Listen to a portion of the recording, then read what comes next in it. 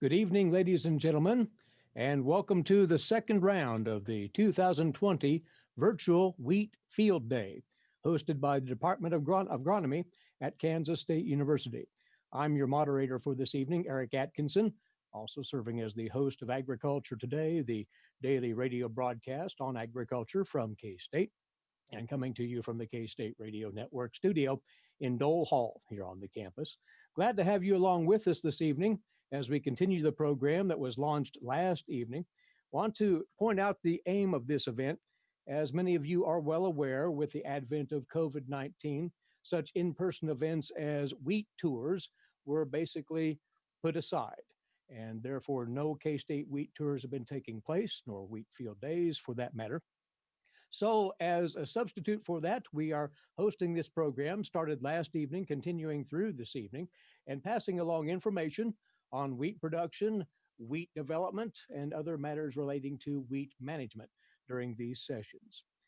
Recapping last evening's program briefly for you, for it is archived on the YouTube channel for your viewing. Last night, we heard from K-State wheat production specialist Romulo Lollato about wheat variety selection principles. We also heard from K-State's Erick DeWolf and Kelsey Andersen on the wheat disease situation in Kansas to date. And K-State's Lucas Hegh was specific on variety selection for the western parts of Kansas. Again, if you'd like to see yesterday's session, you can go to the YouTube channel and simply search for K-State Wheat Field Day. You'll find it right there. Here's what we have coming up for you this evening, then. In a few moments, we'll hear from K-State wheat breeder Allan Fritz, and he'll be sharing the latest on wheat variety development and advances, particularly for central Kansas growing conditions. Allan will be followed then by fellow K-State wheat breeder Guorong Zhang. He's based at the Agricultural Research Center at Hays for the university, and he'll be taking the same tack, looking at wheat variety development and advances for western Kansas. Later on, we'll bring in K-State area agronomist Stu Duncan, and he will concentrate on variety selection for the central part of the state, some principles to consider there. And we'll round out our program hearing from the Vice President for Research and Operations with the Kansas Wheat Commission, Harries. And Aaron will be talking about wheat research that is sponsored at K-State by the Wheat Commission and some of the things that are going on and are developing in that arena. So that's what's happening over the next couple of hours. We'd remind you this is an interactive session. We're welcoming your questions, which will be answered toward the end of the program during a discussion panel segment of this broadcast. If you'd like to pose those questions, it's as easy as a couple of venues. YouTube chat, if you would tap into that.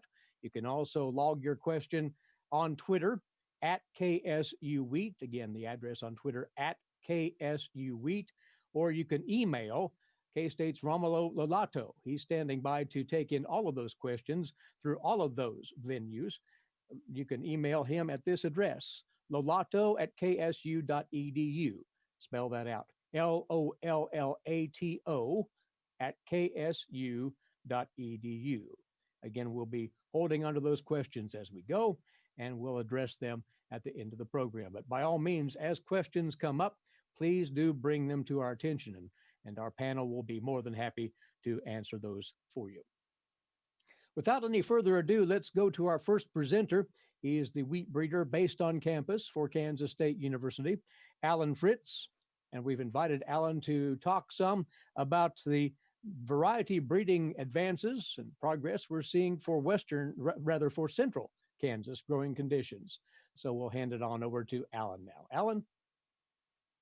Thanks, Erick. Appreciate it. It's a pleasure to be able to join everyone tonight. This beats writing another COVID-19 response plan. So I'm grateful for the opportunity to be able to communicate and talk a little bit about what's going on in the breeding program at Manhattan.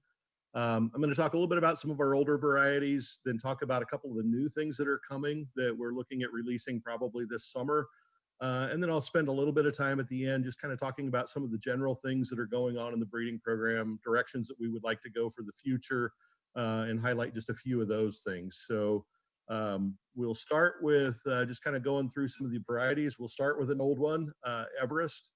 It's been around obviously for quite some time. We released it in 2009, led the state in acreage for a number of years. So I do think that Everest still has some application in the state. It's obviously declined in acres, but there are some fairly unique things about Everest that still make it applicable in certain situations. So it's an early variety. Really, it's a very early variety, so it can get dinged a little bit in freezes. Although I will say, of the early things, Everest does seem to tolerate the freeze better than other early maturing varieties. There's usually a pretty good relationship between maturity and freeze damage when we get these late spring freezes, but Everest tolerates it better than you would expect based on its maturity.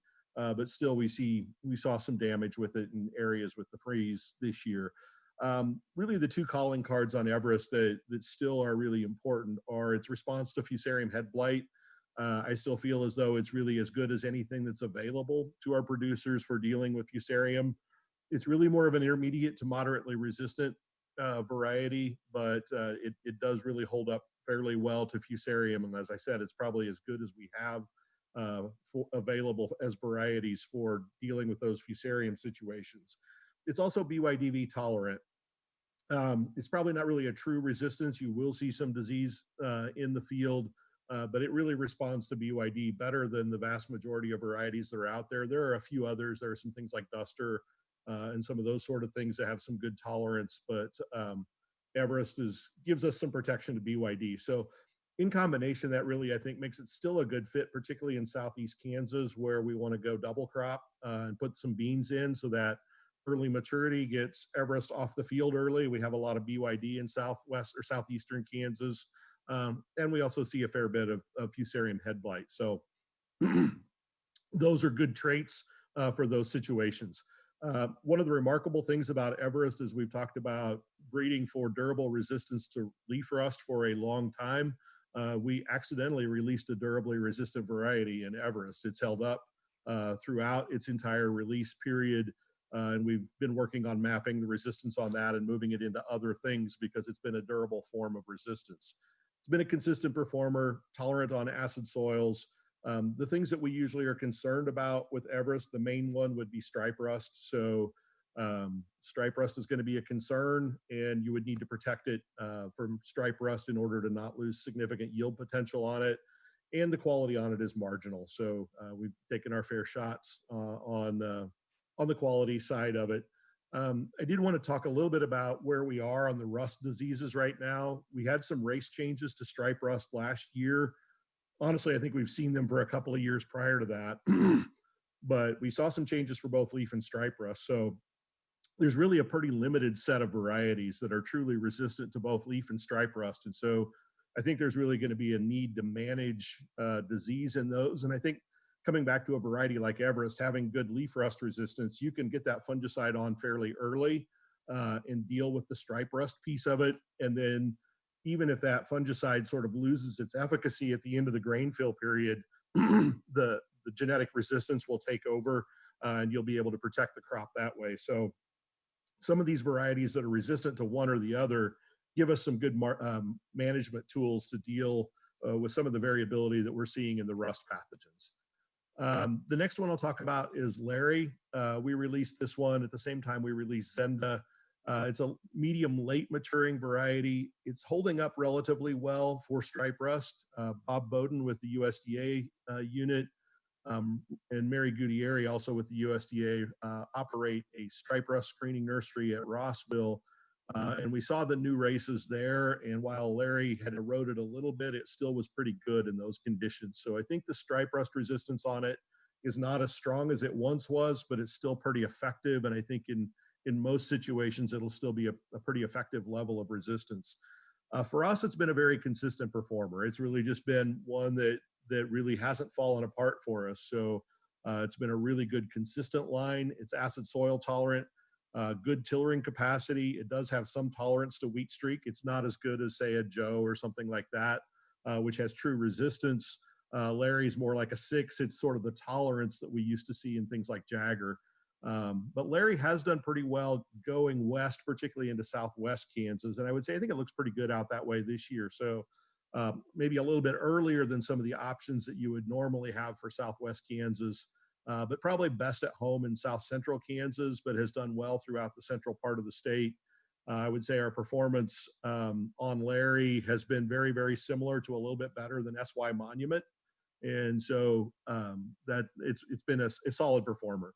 The things that we were concerned about on it are leaf rust. So it is susceptible to leaf rust. And I think where producers have been disappointed with it is probably when they haven't applied a fungicide. So unlike Everest, where you would want to get that fungicide on at the very early part of the window in order to take care of stripe rust and let the genetic resistance to leaf rust take over, here you would want to get the fungicide application on a little bit later and trust that that stripe rust resistance is going to hold for a little bit, and then put that fungicide on just a little bit later in the window so that it's effective longer in the grain fill period. Those fungicides usually last for about 21 days, which is a little bit longer than our grain fill period. So if you can if you had Everest and Larry, you'd put your fungicide on Everest first and then come and get the Larry.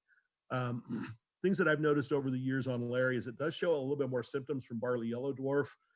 Barley yellow dwarf is kind of a strange disease to rate. There isn't necessarily a super strong correlation between symptoms and yield loss. And I've seen more yellow leaves on Larry than I would like. It's not certainly as bad. It's not truly as susceptible, but it's probably shows a little bit more symptoms than I would like, but it really hasn't seemed to hurt it very much yield-wise in those situations. So I'm not sure that it's really a susceptibility, but you may see a little bit more barley yellow dwarf on Larry in those situations.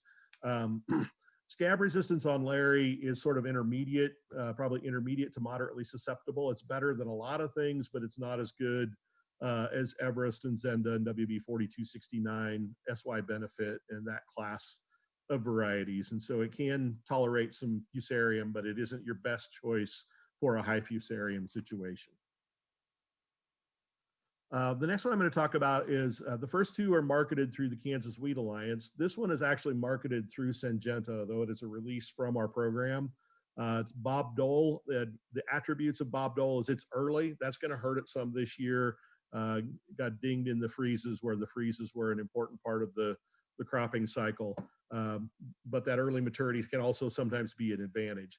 It is a tall variety, but it has pretty good lodging resistance. So I would say for us, what we've normally seen is it's going to lodge about like Monument. So if Monument's going to start to go down, Bob Dole's going to start to go down. And if Monument's going to stand, Bob Dole's probably going to stand. Has good acid soil tolerance. It's had good leaf rust resistance. That seems to be holding, although we have seen traces of leaf rust resistance on it, or leaf rust on it the last couple of years, but it's not been very frequent. It does have good quality. It's a top forage producer. The Oklahoma data would show that in fall forage, this has been the top line over the last 3 years. And so it does get out of the ground quickly and produces a fair bit of fall forage. It doesn't have either of our major dwarfing genes, and that's probably the reason that we see that fall forage production on Bob Dole. Our concerns on Bob Dole with this change in races of stripe rust, we're seeing some heterogeneity. So in other words, the variety is now a little bit mixed. It looks to be about 50-50, highly resistant versus relatively susceptible. So there probably will be some advantage in getting a fungicide on Bob Dole for stripe rust, even though not all the plants in the variety are susceptible. And that height always has concerned me. It can lodge under high yielding conditions. So management with a growth regulator, if you're really worried about that, or there are some situations if you're just really expecting really high yields, that maybe Bob Dole isn't the right choice because of that lodging potential. So for us, it's been a really, really good variety. I think the biggest weakness is probably just that early maturity can cause it to get bit a little bit in spring freezes. I guess my caution to producers would be that it's very seldom in Kansas that we say, man, this year really reminded me just like last year. Usually we're talking about it, look, this reminds us of 2007 or whatever. So in variety selection, I'd just be careful not to overweight the last year. Sometimes we can focus on that. And we really kind of need to look at the longer term performance and make those decisions based on historical performance. The next one is Zenda. This is a variety that we've had out for a few years now. Its attributes are it's a medium early variety. Again, probably got dinged a little bit in the freeze this year. Not probably, it did. It's intermediate to moderately resistant to fusarium head blight. Very similar to Everest. if I had to separate them, I would say maybe Everest is very slightly better on fusarium than Zenda, but it's very similar fusarium resistance. It's bred from Everest, and so a very similar level of fusarium resistance. Leaf rust resistance is good. It does, if you go out there at the very, very end of the year, you will see a lot of leaf rust on it, but it really holds until the very end. So we have most of that leaf rust package from Everest, but we probably didn't get quite all of it.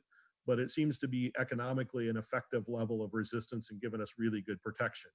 It's performed well without fungicide. So Zenda in our data, and I think Romulo has some data as well, that really shows Zenda as the top yielding line if you really didn't want to apply a fungicide.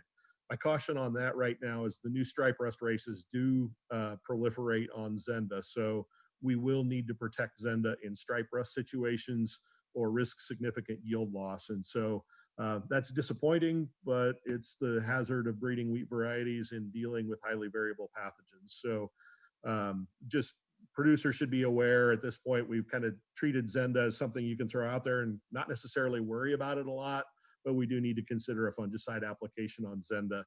A little bit like Everest, if you protect it from the stripe rust, that leaf rust resistance is going to protect you at the end though. So that's something to keep in mind. It is acid soil tolerant. It has better quality than Everest. We're kind of in the average to slightly above average quality level with Zenda. So it gets away from some of those concerns that the milling and baking industry has expressed. The other concerns I have, I've talked a little bit about the stripe rust side of it. That's probably the biggest thing. The other year where Zenda probably didn't do consistently as well as I would have expected was 2018. And that was a historic drought year. And so we are moderately susceptible to drought. I think the vast majority of years in central Kansas, that's not really a problem. The other thing that's kind of different than Everest is it still does rely somewhat on fall tillering, but it does tiller more, seem to have more spring tillering capacity than Everest. Everest was very heavily dependent on its fall tillering capacity. So I think that gives Zenda a little bit of an advantage in situations where we get planted a little bit later. So it's done pretty well in situations like no-till after beans. Also has better tan spot and leaf spotting reaction than Everest. So those are the varieties that we have out there that are in the market that are coming out of our program. I wanted to spend a little bit of time talking about the things that are coming. These are varieties that we're likely to release this July or August. The first one is KS09 049K8. The history, the parentage on this is duster and overlay with a little bit of a spring wheat from Simmet thrown in called Amadina. It's a medium early variety, and this is really kind of the culmination of our effort to breed race nonspecific for leaf rust resistance. We kind of accidentally got it in Everest. We intentionally got it in this variety. So this really holds up very well to leaf rust, and we really fully expect this to be durably resistant to leaf rust, or at least we certainly hope so.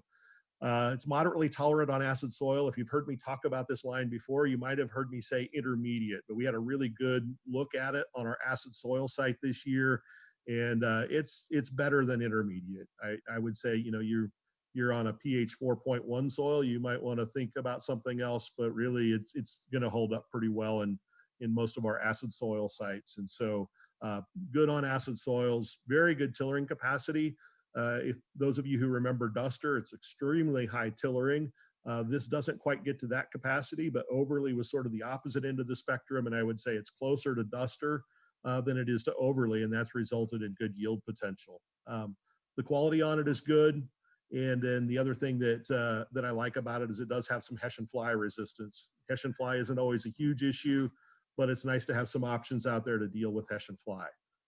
Our primary concerns would be it's moderately susceptible to stripe rust. So these genes that give us durable resistance to leaf rust also work on stripe rust, but they're just not quite as good. So they don't give us as strong a resistance. So I would say on this line, the resistance is good enough to give you a broader window for fungicide application. It's not going to flame out on you really quickly, but you will have enough stripe rust, and I would put it in the moderately susceptible category, that if it's a stripe rust kind of year like this year is in many places, that you would definitely want to put a fungicide on it. Again, you do have probably a little bit broader window, but again, sort of like Everest, if you deal with that stripe rust side of it, you have good genetic resistance to leaf rust on the back end. So you don't have to really worry about whether that fungicide is going to going to kind of fizz out on you a little bit at the end. It is susceptible to fusarium. Both Duster and Overly were susceptible. It's probably not quite as susceptible as either one of those, but I definitely would not plant this no-till after corn. In terms of names, the one we're kind of thinking about is KS Hatchet, but we haven't made a final decision on that. That would be to recognize Jim Hatchett, who is a USDA entomologist in Manhattan for a long, long time and contributed greatly to wheat breeding in the plains. The next one that we'll probably release this year is KS12DH0156-88. The name we're sort of thinking about on that is KS Ahern, and that's because this is bred from Gallagher out of Oklahoma by a K-State experimental. So we're gonna say that Ahern's was a much better basketball venue than Gallagher. So we're gonna think about Ahern as a variety name for this. But this is a late maturing variety. It's honestly later than I really like, but it's continued to perform well. It has effective levels of leaf and stripe rust. So I'll show some data in a couple of minutes. It does seem to respond to some fungicide application, and there can be a physiological effect. But we have pretty effective levels of resistance to both leaf and stripe rust on this. This one truly is more intermediate on acid soils. So if you're getting into some fairly low pH soils, I might lean to something else, but it will handle pHs down to at least the 5 level and maybe a little bit below that reasonably well. So the quality on it is good. It's not great, but it's good. It has higher end yield potential. This one's been a bit of a racehorse for us. It's done really well, which is sort of the Gallagher history as well. Even though it's later, and I would normally say later fits better north, this has actually been better in south central Kansas. And I think there's, I don't know, it's not really winter tender, but Gallagher loses a few more tillers as you move north as we get a colder winter. And I think I see just a little bit of that in this line. So its historical performance has been better in south central Kansas than in north central. I messed up on my slides. It is not moderately susceptible to stripe rust. I should have taken that off of there. I built this slide off of the 049 slide. So ignore that piece of it. It is susceptible to fusarium. So again, we don't have a lot of fusarium resistance in this one, so not probably your best choice going after corn. I was just going to show a little bit of some yield data. And so just to explain a little bit what this is, I have the checks on the left-hand side, Zenda Monument and WB 4269, and then whether that check was treated or untreated, and then the comparison variety. And then under number, that's the number of site years that go into that comparison. So for instance, Bob Dole has yielded 110% of Zenda in untreated sites, and we have 19 of those site years. So over 19 experiments where they've been in the same experiment where they've been untreated, Bob Dole's been 110% of Zenda. It's been 106% of Zenda under fungicide. It's been 116% of Monument on 19 site years untreated. It's been 106% of Monument in 62 site years where we've had a fungicide treatment. It's been 127% of 4269 untreated. We only have 9 site years in that. So just an interpretation of that. Last year, 4269 got quite a bit of leaf rust. We had a pretty heavy leaf rust year. Most of those 9 site years were last year. And so that really kind of skews that data a little bit.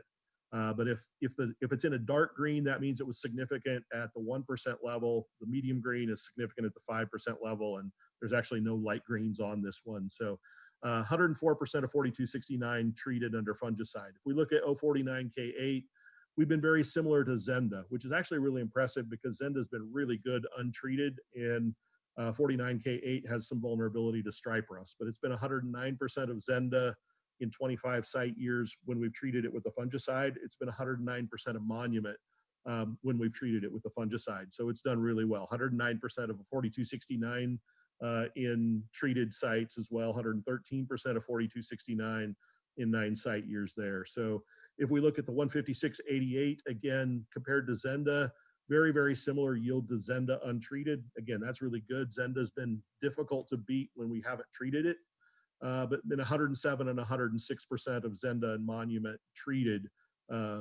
over our years of testing.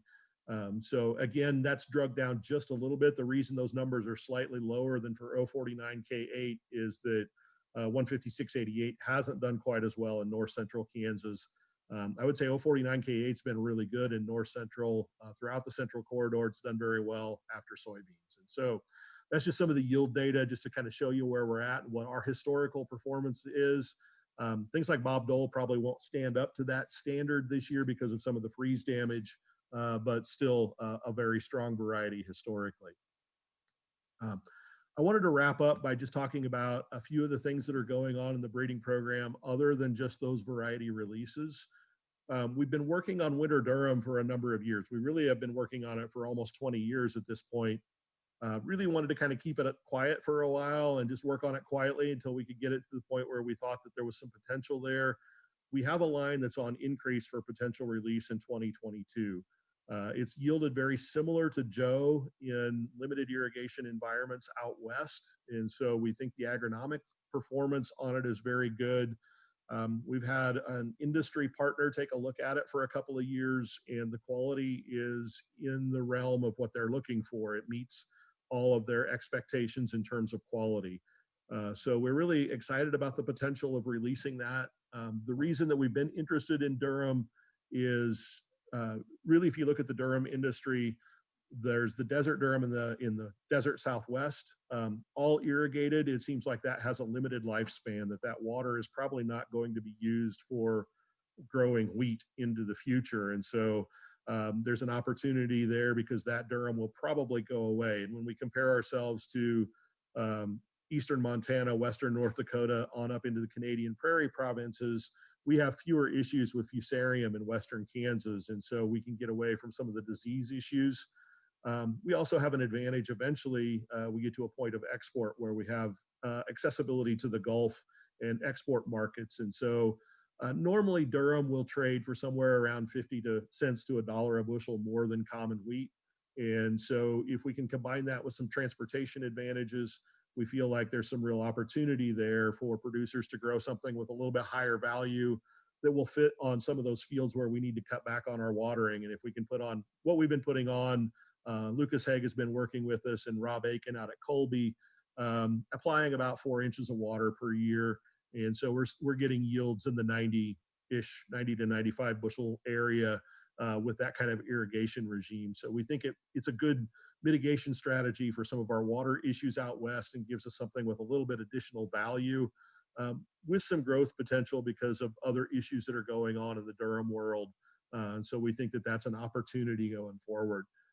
One of the other things that we've spent quite a bit of time working on over the last 5 years is working with wild relatives. So the Kansas Wheat Alliance has funded us to work on Aegilops taschii, which has donated the D genome of wheat, and Triticum dicocoides, which is the wild emmer or the wild durum wheats.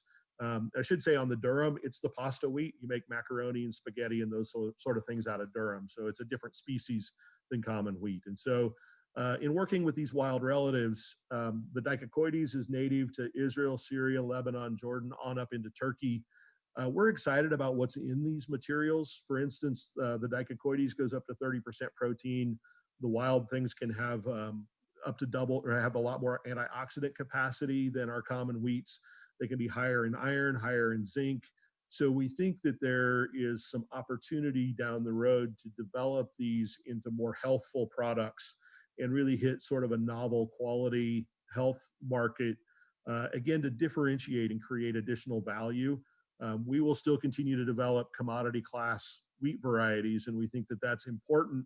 But we also think for the wheat industry, we really need to find some things that drive value, and where we're not just producing bushels, where we're really trying to find areas where we can create value that goes all the way through the chain and benefits the producer, benefits the miller, benefits the baker, benefits the end user. And so we're excited about the materials. I'm really impressed by the way they look. For crosses onto wild relatives, they look pretty amazing. It's been a pleasure to work with Edward Ockenoff and Jesse Poland and Mary Gutierrez and a whole group of really talented wheat geneticists at K-State that have worked with us on different aspects of this. And we're excited about what it can do for the future. Breeding is a long-term process. It's 11 years from cross to release. Bringing something out of the wild relatives into an adapted variety isn't going to happen overnight, but we feel it's important to start these processes and get these things moving forward so we have the opportunities in the future. Just want to wrap up by thanking Kansas Wheat, the Wheat Commission, Kansas Wheat Alliance, really through the producers of Kansas, you've been supporting our program, and consider it an honor to work for the producers of Kansas. And having grown up on a farm in Southwest Nebraska, production agriculture is near and dear to me, and I really appreciate the opportunities that we're afforded to work for our producers. So, I think there'd be opportunity for questions, and be happy to answer them when we get to that point. So thank you. Fine review there, Allan. Thanks. It's always enthusing to hear about those new variety releases as they're coming down the pipe. And again, if anybody has any questions about those, about existing K-State releases and their performance, as Allan took a look at there, why, file those questions any of several ways. The YouTube chat is one, on Twitter at KSU Wheat, or again, you can email Romulo Lollato, who's waiting in the wings to receive those questions, at Lollato, Lollato, at ksu.edu. So Allan shared information about those varieties that would thrive normally in central Kansas. We want to take it now to the western part of the state, and a similar observation there.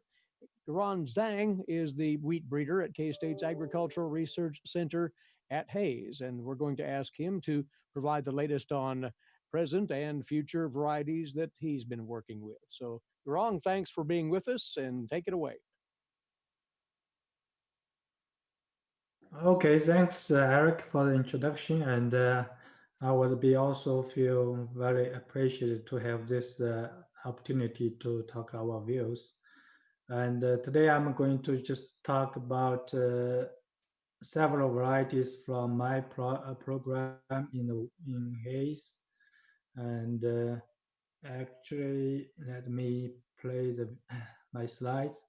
So I'm going to talk about the 8 varieties, and actually one of them, KS15H137, is a potential release this year. So actually 7 varieties plus 1 potential release, and 5 of them are red and 3 are white. So I'm going to start with the red first. So the first red I'm going to talk about is Oakley Seal. It was released in 2013. It's been quite a few years. It was released for Western Kansas, particular. It's a 1-gene clear field weight. We know clear field weight is something that it's very good for the field, that if you have the grassy weeds hard to control, like cheatgrass and rye and the joint goat grass. So this Oakley Seal, actually, beside that, clear field trait also has it's a very good yield, and the yield is actually it's been have good yield records in the performance test, because it's been like 7 years in the performance test. So I just have a table here. It's a head-to-head comparison for this variety and against the other varieties. I listed the broad seal. It's also a clear field weight, and then 2 very popular variety in the West, Greenfield and T158, and then other 3 also popular variety in the West, but they are released almost same time as Oakley Seal. We can see, so those data from the Kansas Wheat Performance Test, I didn't actually calculate it because I got them from the database created by the Colorado wheat breeder Scott Hegh. He compiled all the performance data from Kansas, Oklahoma, Colorado, and Nebraska, and so if you go, it's going public. If you go to his website, you choose the variety you want to compare, and also choose the region you want to see. Then it'll come out the test result, the average. So I am just interested in Northwest in Kansas and the Southwest Kansas. So I put this into the 2 column. You can see Oakley Seal had about 5 bushels yield advantage over broad CO, both in northwest and southwest Kansas. And Oakley CO also have yield advantage over T158 bird and LCS mint in both northwest and southwest region. And compared with the TEM 114, that's a 1 year later release from Texas. So we can see the northwest is kind of similar yield, but in the southwest actually have about over 5 bushels yield advantage for Oakley CO. The only variety that Oakley CO has less yield is Greenfield. Both regions has about 1 to 2 bushel less. So it is very competitive yield in the West. And this is a medium late and medium tall variety. It has a medium long coleoptile length, and that means you can plant it deeper to get more moisture when if the planting time is the ground is very dry. So this is an advantage for the Western Kansas. And it also another main advantage is its resistance to the wheat streak mosaic virus and stripe rust. That two diseases are the two major diseases in the West. And it also has a good milling and the baking quality, so that the industry actually liked it, the quality. The only concern is about the average straw strength. And so in the high yielding environment, it will lodge. So actually you don't want to put too much nitrogen or put it in the intense management. So the next one is Tatanka. The Tatanka was released 3 years later after Oakley CO. This is a regular weight variety. So it is a medium maturity, medium height. It has a good test weight. The yield is actually way improved compared to Oakley CO. Here's the performance data, same thing I got from the database. If Tatanka compared with Oakley CO in the last, it just calculates if the both variety in the same trial. So it's actually about 4 years the performance test. We can see both northwest region and southwest region, Tatanka have about 5 bushels yield advantage.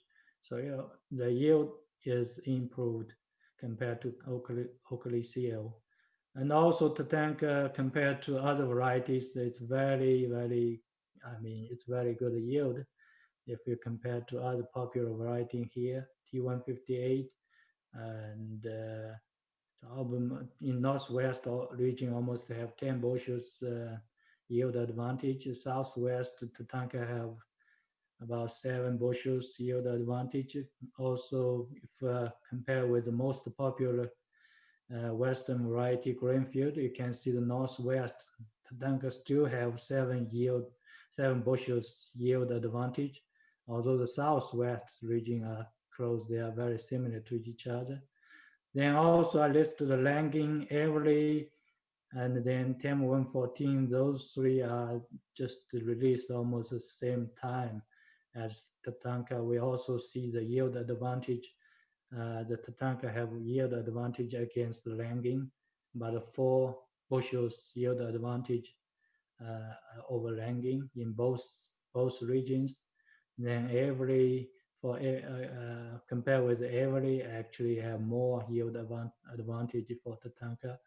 And then also it has also yield advantage over TEM 114 in both regions. So it's a pretty good yield, So, and then it also has good resistance to stripe rust.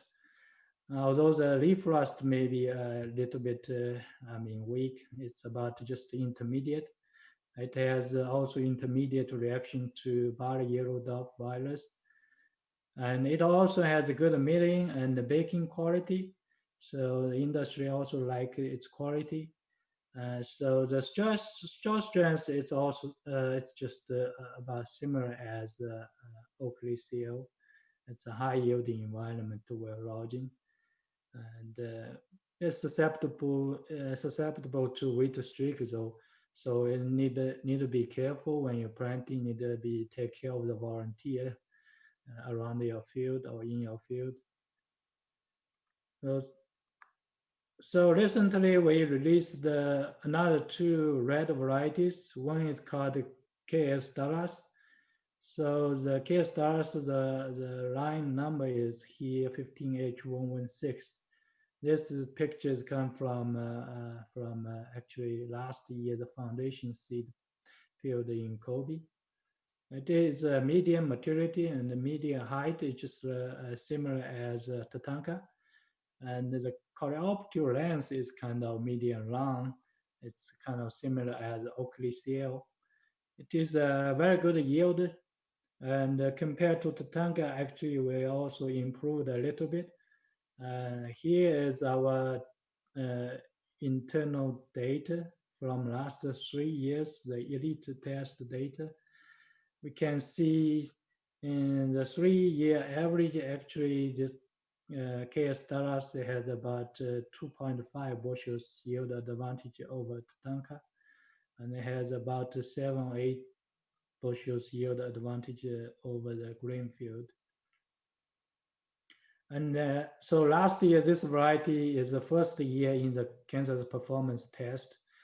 It is the #1 top yield in northwest region locations. If I average them together, it will be the top yield.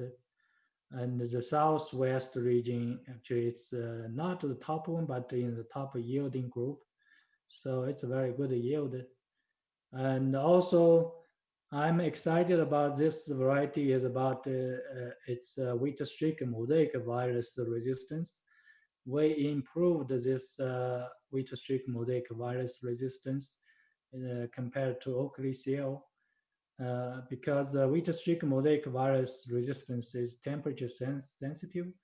So Oakley CL, the resistance in Oakley CL will break up if the temperature above 18 degrees Celsius.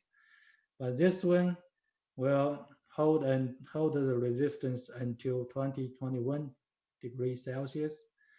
I believe this one it has a WSM2 gene, just as Oakley has, but it might have some other minor genes involved, so it has a higher temperature resistance.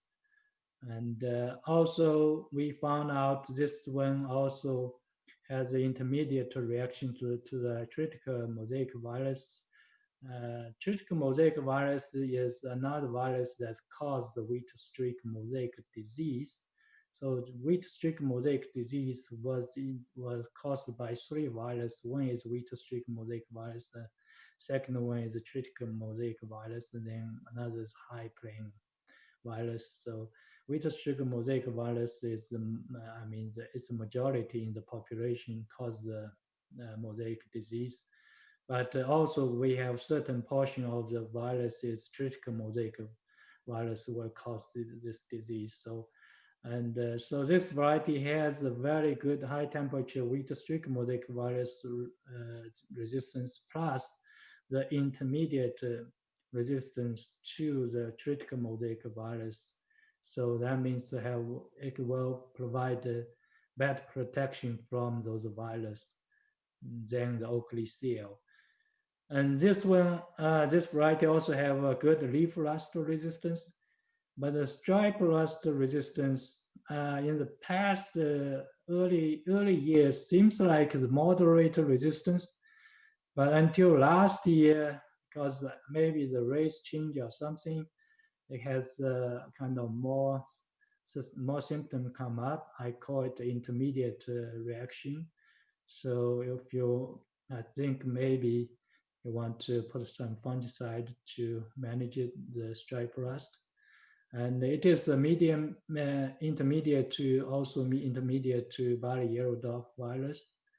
So this one has a good baking quality. The straw strands almost similar as Tatanka or Oakley steel. We haven't improved a lot, but will be good variety for the West. Western Kansas. So next one is that's also the KS Western Star. It's almost released the same year as KS Dallas. It's a new one, and maturity and height is similar as Dallas and Tatanka. And this one has a good test weight. The yield, I just have that table showed you actually also listed the Western Star. Our own data showing it's very similar to Dallas, about 2 bushels yield advantage over Tatanka. And we can see this variety actually in the dry year actually it had more yield than the KS Dallas. And 2018 is a very, we can consider it as a dry year. So this one actually Western Star has had about 4 bushels more than Dallas. So it has more drought tolerance for this variety. And last year it was also in the Kansas performance the test in West. Actually, it is a top yield in the southwest region, and then in the northwest region, actually, I think most of locations still is in the top yield group. So it's very competitive variety in the west. And also we also found that this variety also did well in some place in central Kansas, like Ellsworth and Hutchinson and the Manhattan area.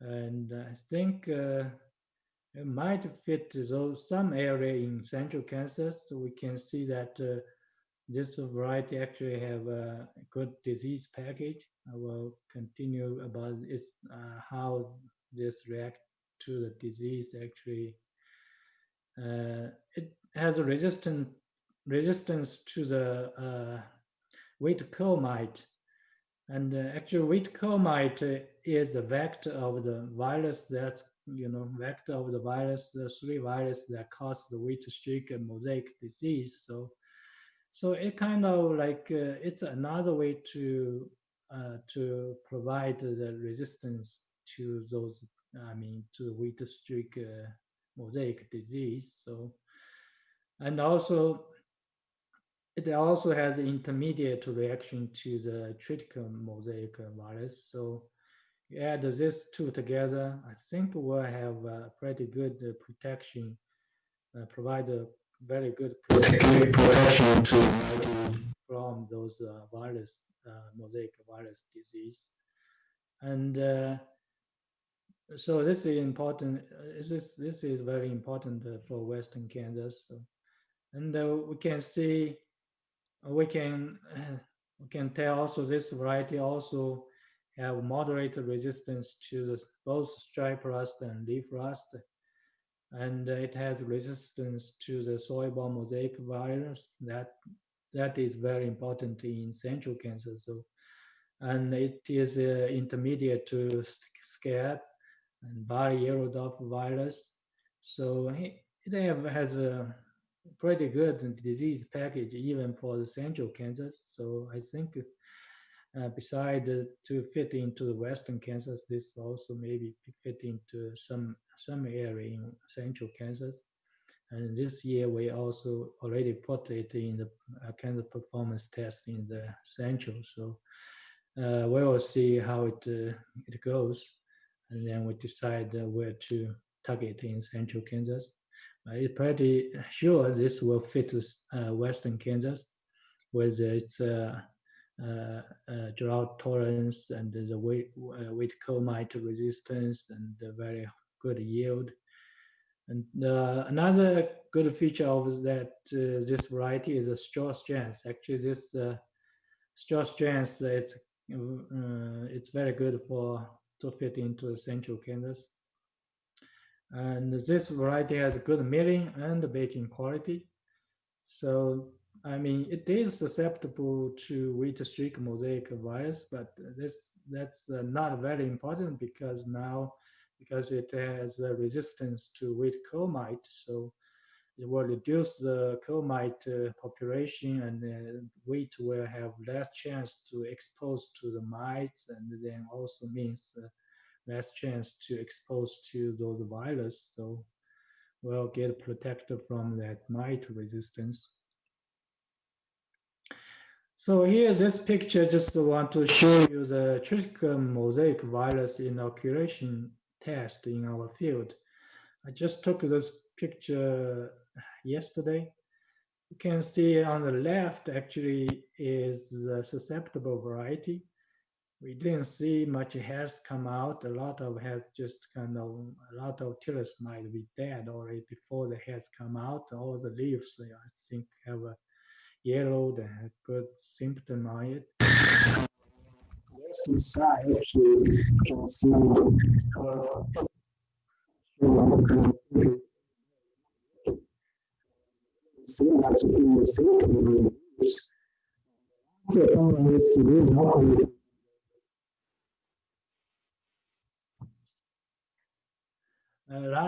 last a few years, we inoculated in the fall, so most of the time showing intermediate reaction. And this year we inoculated a little bit late, and because in the fall the temperature going down very quickly, so it didn't grow much. Very small, cannot inoculate. We inoculated in the spring, in March, early March. So that's why maybe it's more like moderator resistant from my point of view. But it's just most of the time, if infected in the fall, just intermediate reaction. And this is for the Western star. And next red one, the last one also is our breeding line. This is our potential 2020 release.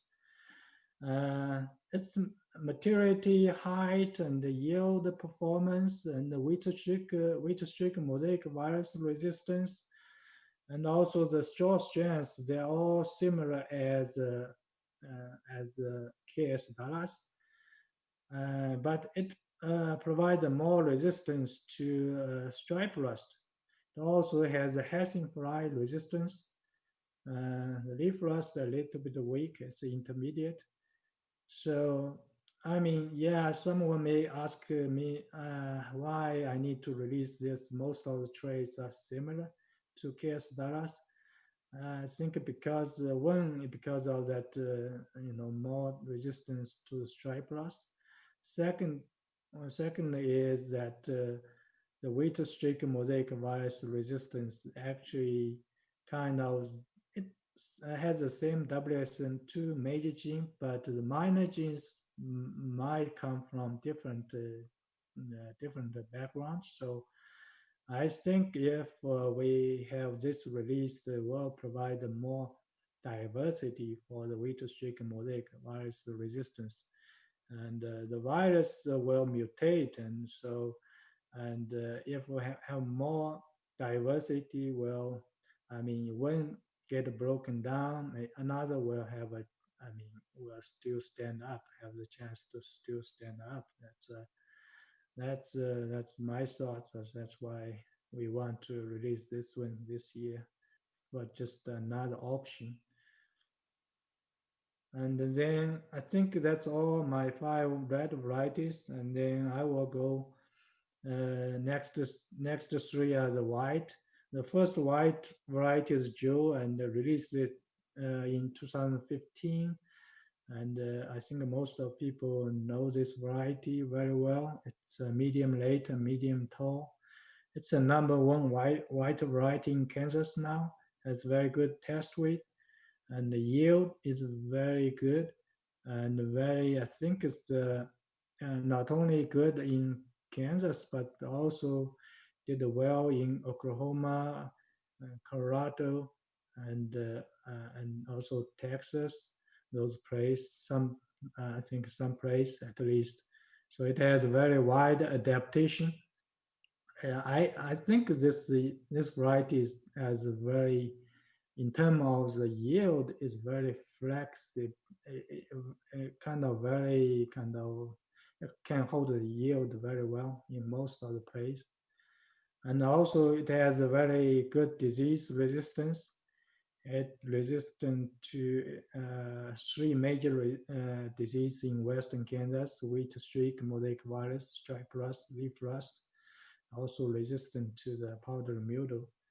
And the wheat streak mosaic virus resistance is similar as Oakley seal, just has a WSM2 gene.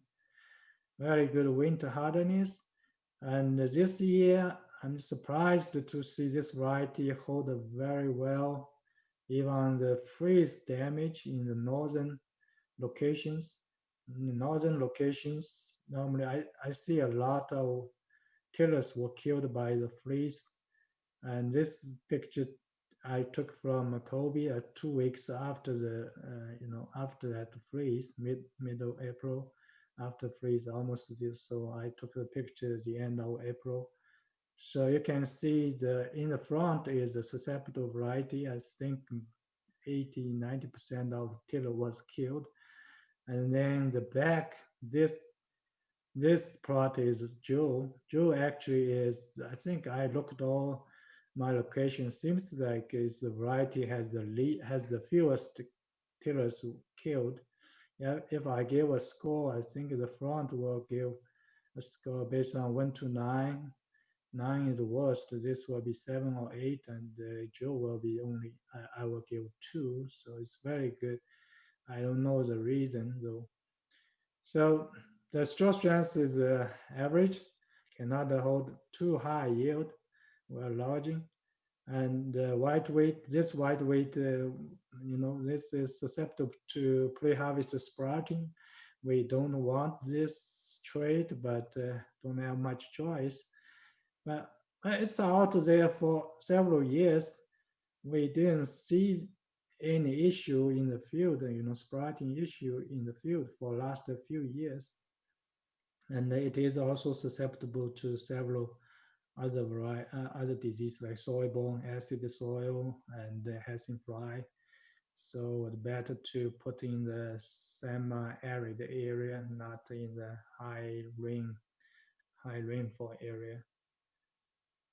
And this is the performance, Joe's performance in the northwest Kansas and southwest. And I think in the southwest it was similar as Tatanka, but in northwest is kind of a little bit lower, about 5 bushels lower than Tatanka.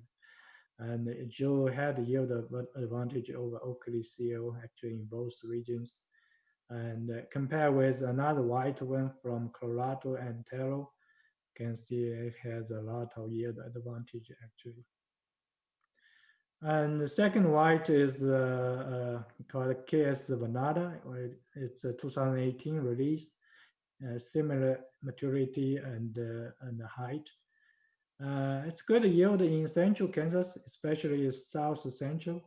Not yield. It didn't yield as good as Joe in the western Kansas.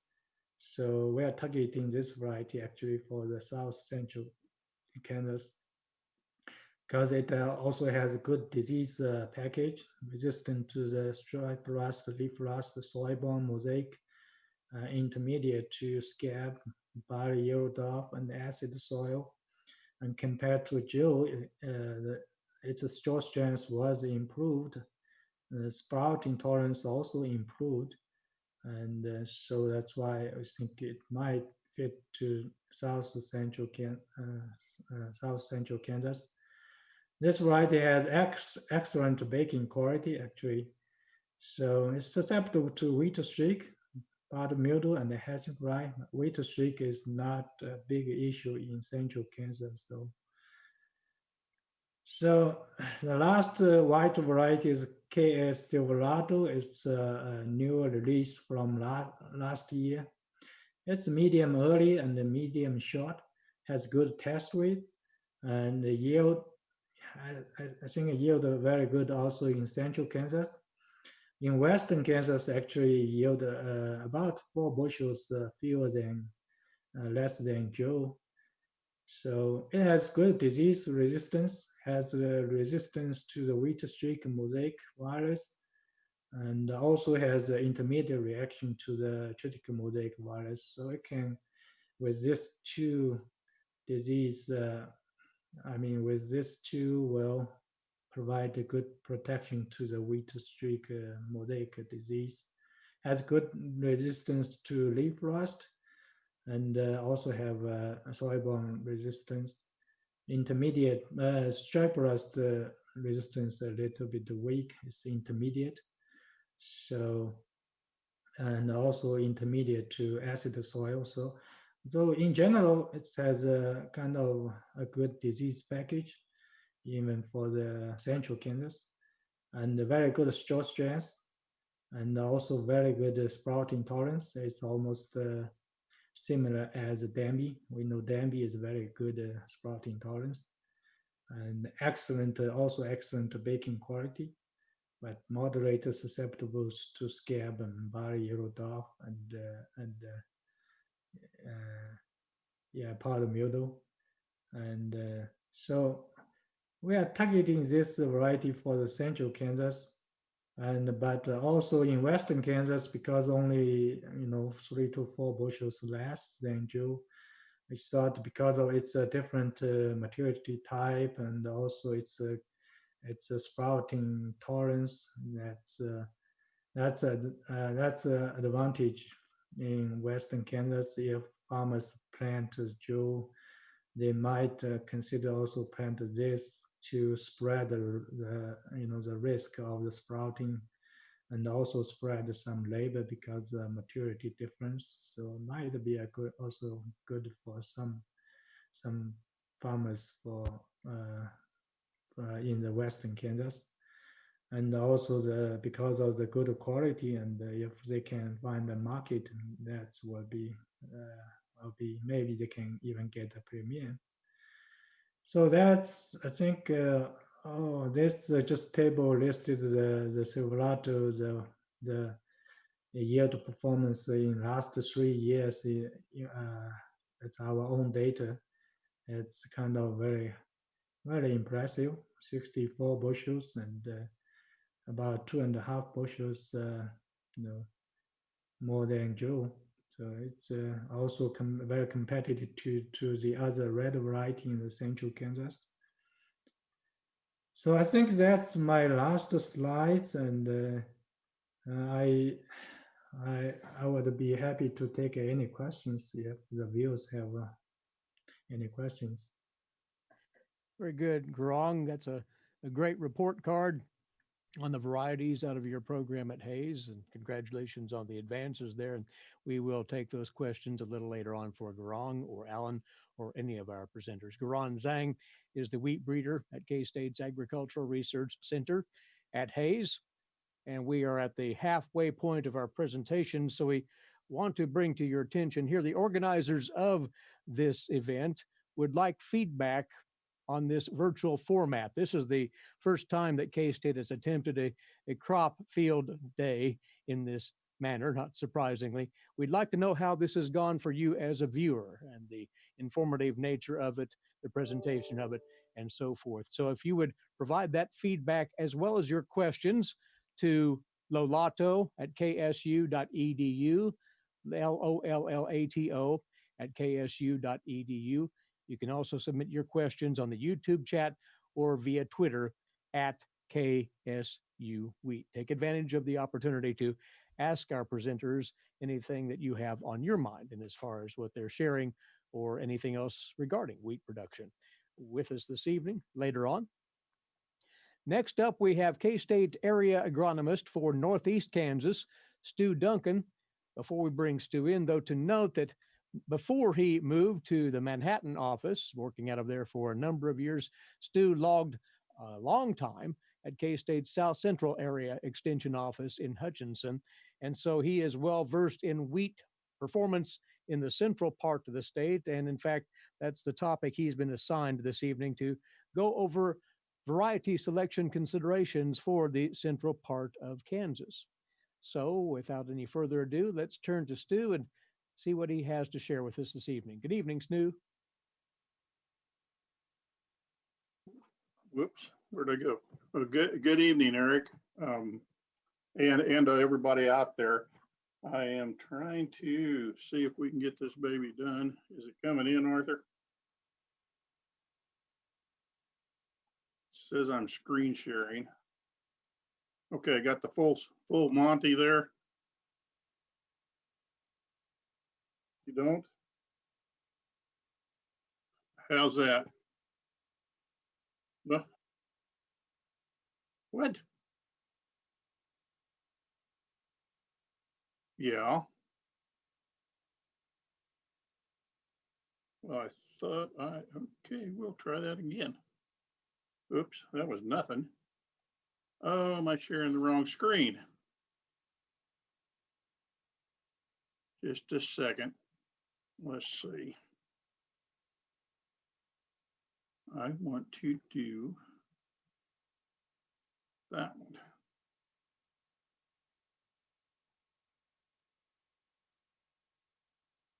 We're ready to go. Okay, just a minor glitch there. Well, good evening and welcome to our virtual wheat tour. Eric, I appreciate that introduction. I've actually been in Northeast Kansas longer than I was in South Central now. This is the longest I've ever lived, except for in Osage County when I grew up. So, there is the central corridor of Kansas has always been near and dear to me. Boy, things have changed. And especially since I've moved up here, almost half the soybeans in the state are raised in that corridor right now. And unfortunately, for wheat acreage, it's been to its expense. Times change, I guess we do too, but this was one of my favorite tours we did, and it was usually right about this time of year. And it was down in Kingman County, a longtime certified grower, the Conradi family. That was their home place, and I caught that coming in for a tour one night. But we've had an interesting year as we move on into it. I think I will. We want to talk a little bit about the conditions. Dr. Lollato is policing this, I think, too, as well as Arthur Selman, our IT guy that makes this all happen. So if I get too far out of kilter, I'm hoping Romulo's close. I know he's about zoomed out today, but we're talking a little bit about the conditions, and then we'll talk a little bit about wheat variety. And I did not spell that. I think I borrowed that from somebody else and did not do my spell check, but it is a discussion. So that was the big thing this year, potentially in central Kansas. This is a photo was taken by Jay Wisby, our central Kansas district crop production agent up out of Saline and Ottawa counties. Those are the two counties in that district. Things look pretty bad. About the 20th of April, 22nd, I think this is when Jay took this. And there's that's what we saw a lot of in North Central. What has been exciting to me is that it not only did it look that bad, we still have some really good looking wheat up there. A lot of ours recovered, and for certain reasons, not sure why. Some of it looked real bad. Usually the further northern or western we went in North Central Kansas, which was out of my district, once you got over in that Phillipsburg, Stockton, Smith Center areas, they really had some issues with their crop recovering. But we have come back pretty well in that central part, and there were several reasons for that. But first off, we saw a lot of patterns out there. Was it drill overlap? And I didn't see much of that in this. Was it residue issues that we were dealing with? And sometimes we get into that with a heavy,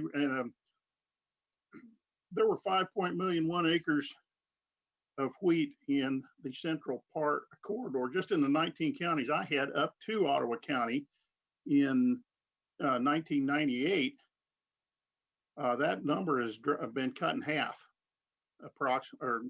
approximately, or even a little bit more so. So we have changed our cropping systems. We've got a lot more residue out there now. We have some that breaks down faster than others, but straw choppers have become very, very important. And every once in a while we forget that, or something doesn't work right. We can get a heavy residue cover. That can cause us some problems with soil to seed contact. We just can't get enough down pressure on the drill to cut through some of that stuff. If it's a little bit damp, we see that happen. The further, as you travel around, you'll see these fields, though they are level and uniform, they are not. We have different soil types. We just have a whole lot of different things that we have to deal with sometimes. So we just would see a lot of patterns. Even sometimes just a small low spot would do it, or a higher spot. In this case, it was a low spot if the colder air just happened to settle in. Right up front, again, that moisture, the residue, and the one thing we had this year, and I think one thing that helped our wheat recover, first off, we had fairly decent moisture yet when this happened in the central part of the state. The wheat was with that later planting dates that we have. We now have, we didn't see the wheat developed as far along as it had been in some of those other 3 years. Dr. Fritz talked about the differences in, comparing one year to the next. There were a lot of similarities. There were a lot of differences too. And I think part of that has been our change in cropping systems. Shallow planting, again, can sometimes tie into a lot of those things, as well as being in a hurry and trying to get finished before you get done. Just a whole bunch of issues we can get into. And we talk about shallow planting, and some of you don't tell Lucas I stole this out of his presentation last night, but I saw a lot of that, and especially on double crop wheat after a summer crop. And in this case, it was oftentimes soybeans. We still had wheat carcasses there long after, even through the freeze and on beyond, but you could just see they were just lined up and sitting there. So we did, in dry areas, of course, it was worse. Now, those weren't the only things that we need to look out for in central Kansas. Low pH is one of those issues, but when we move further up into north central Kansas, it's generally not a pH factor as much. But Greg McClure in Riley County caught this field. The cooperator caught him, and those of you from Saline County on north, we're seeing more and more of this bright yellow. No, it's not soil-borne mosaic. Almost a thing most folks wouldn't even recognize what soil-borne was anymore. And it kind of looks like nitrogen, but when you get up closer, it's a lot more brilliant yellow. And you can see this is kind of down in a swale where that was at. Oftentimes we'll see this on eroded slopes where there's low organic matter. We got a sandier soil. First saw this type of thing. I saw it in Kingman County once many years ago, but this one can be remedied. This Jay Wisby, that guy is quite a photographer, and he's quite a scouter with his cooperators. We were looking at, he sent some of that, and we talked about that. I think that's a sulfur deficiency, and he sent in some tissue tests, which we can do at our soil testing lab. Worked out very well. They went out and they stripped some. I believe they used ammonium sulfate and just ran got about 20 to 30 units out there on that field, and you can see the drastic response. This was all done in late March and April. All of this showed up just right away. There are long term. They need to keep, the north central and central people need to be keeping an eye on that sulfur level, and the only way to check that, of course, is to soil test. So there are several remedies. Work with your county or district crop production agent, and we'll go from there. Now, you're really interested in selecting the best varieties for your operation.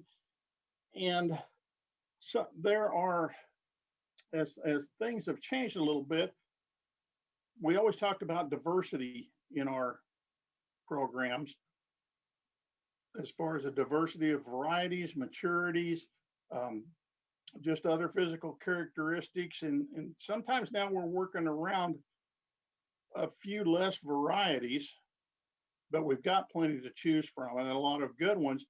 But there's still some things you need to keep in mind when you're looking at these.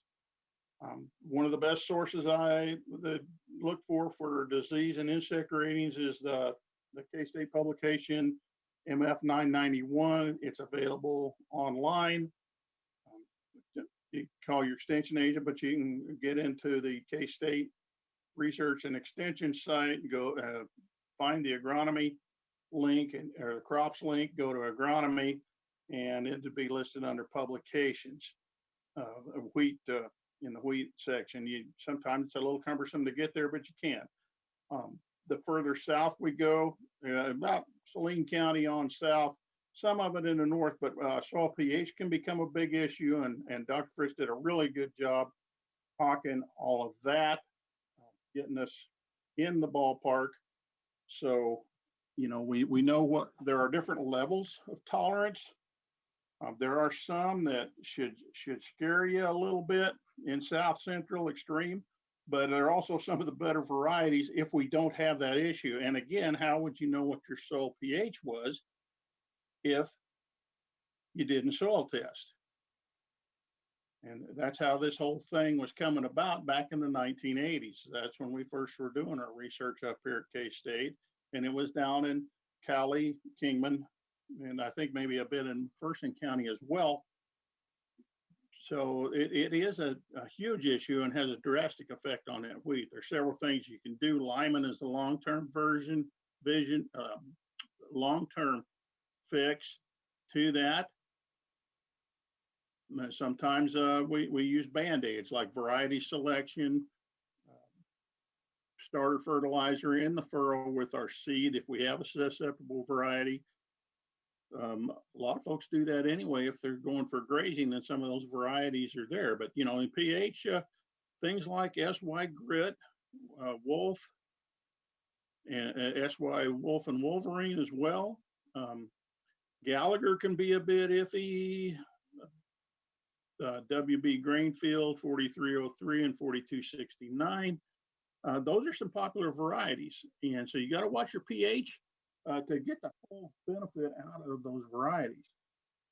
Our cropping systems again have changed. After corn, I appreciate Allan's assessment of those varieties and getting the barley yellow dwarf tolerance into some of them. It's not like Everest, that's still the flagship.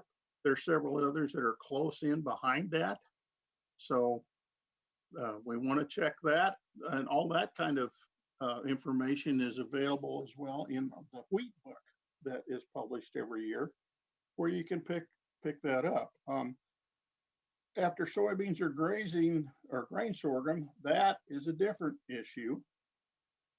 Generally, those that have fall grazing potential, those varieties with good fall grazing potential, will work best after soybeans or grain sorghum, simply because they're generally pretty good fall tillerers and they can get you some good cover. That was one of the things with Everest, great after corn, but we didn't like to see it as much going after soybeans or grain sorghum. When folks were double cropping in that north central region with Everest, they were lucky to get an average type of yield out of it. You put it in a situation where it's got the full season so it can develop those fall tillers, which is kind of its forte, then it would perform quite well. So again, considerations to take when you're looking.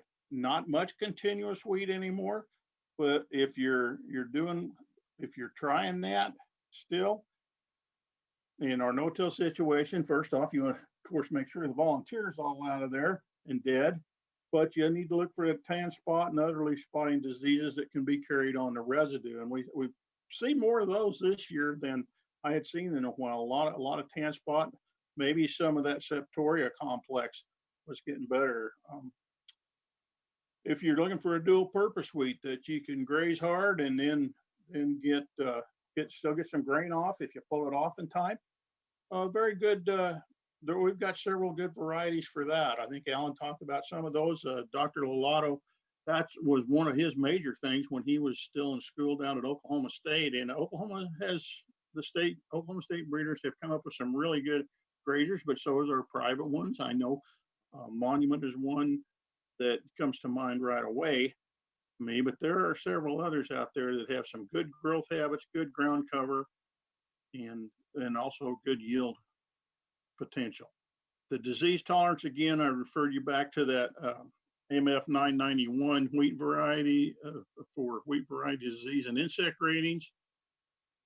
And then another thing we can look at sometimes is tillage system, and I've seen more tillage these last few years, and it's kind of disheartening, especially in that middle part of the state and even further west, simply because of weed control issues for the most part. And that's you want to really keep an eye on those diseases as well there too. And as in those tillage systems, you also got to look out for herbicide carryover and a lot of other issues. So it's wheat growing was never really easy, but it hasn't gotten any easier either as time has rolled on.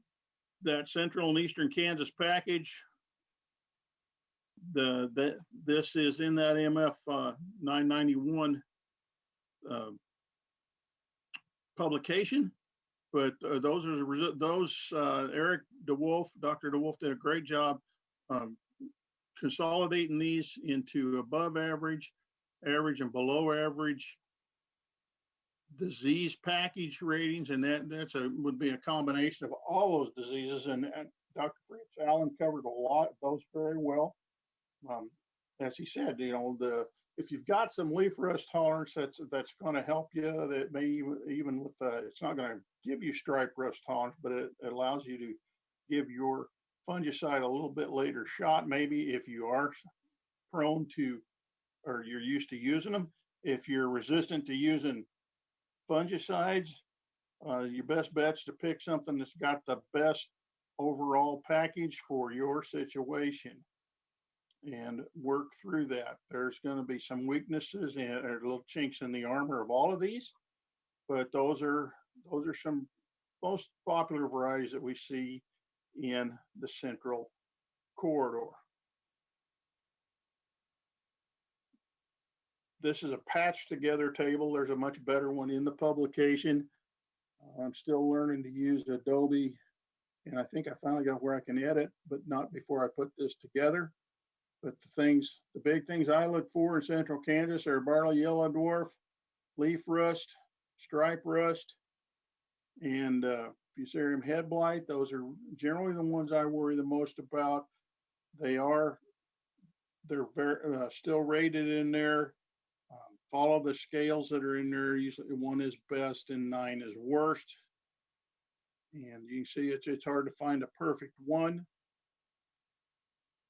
but you can get a conglomeration of some good ratings, and that's what that table on that last page was about. And it's also, again, in this publication.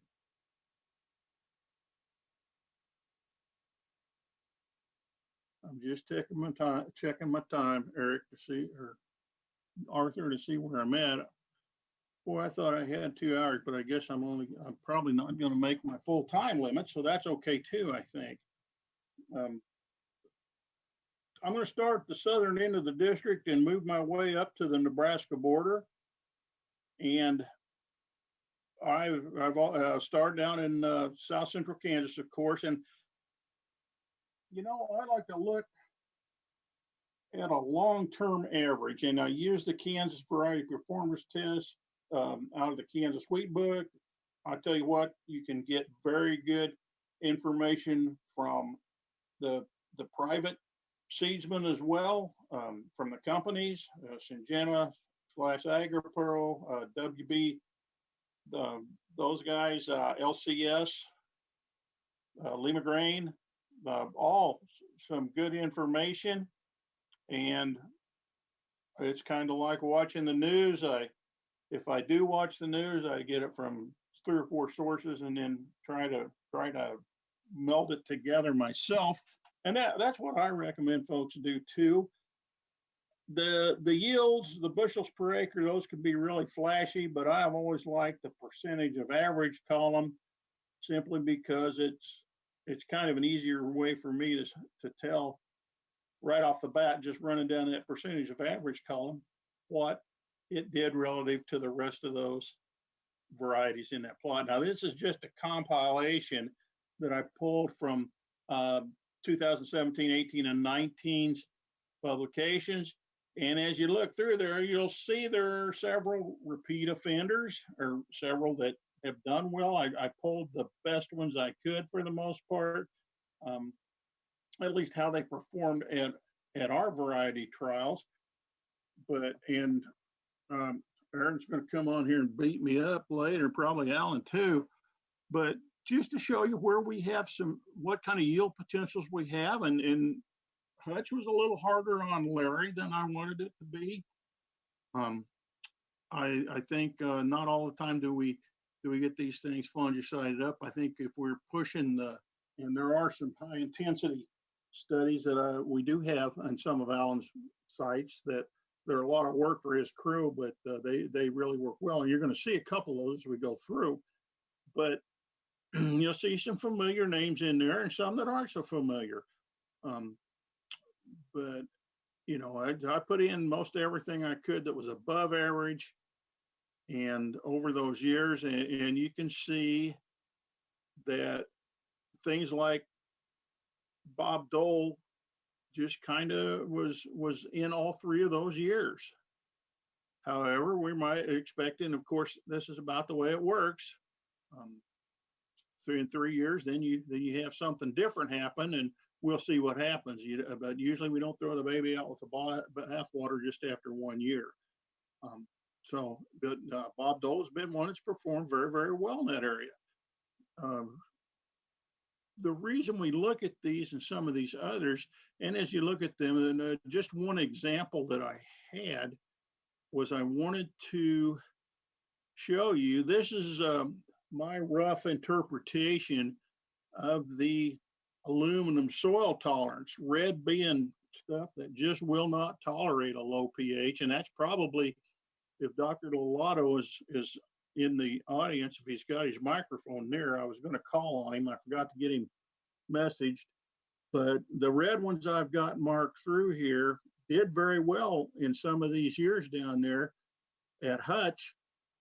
But they are also a variety that if you're on a pH soil of 5.5 or below, it's not going to do very well. You could still plant them, but if you knew you had a pH of 5.5, is it worth planting those? And then if you're not used to putting a starter band of phosphate down, is it worth that? I would say the same thing when we get to the rust packages. As that rust package breaks down, you've got to make a decision in there sometime. And you can see we had a variety, you know, let's say Smith's Gold. You know, 107 bushel average in 2017. I don't see it in 2018. But 2019, it's back up there. It's 79 bushel. So we had a wide range in yields as well, but it hung in there 2 out of the 3 years. But that's one. Red means that it just won't stand a low pH. Orange is moderately susceptible, and yellow's kind of an intermediate, not bad. That's up over 5.6, 5.7 pH. You probably wouldn't see an issue with that. So those are some of the varieties, and there's some really good ones in there that we look at. The 4269, okay, that's in there a couple of times. You can see the old one like 4458, which has been a staple in South Central Kansas and Central Kansas. It has good low pH tolerance.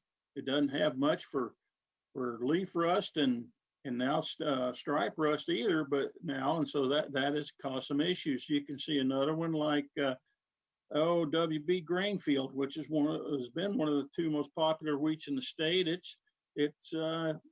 We caution people planting that on that's kind of an intermediate one, but it's still something you need to keep a lookout for. Cedar is another one of those, and you can see it's only in there once.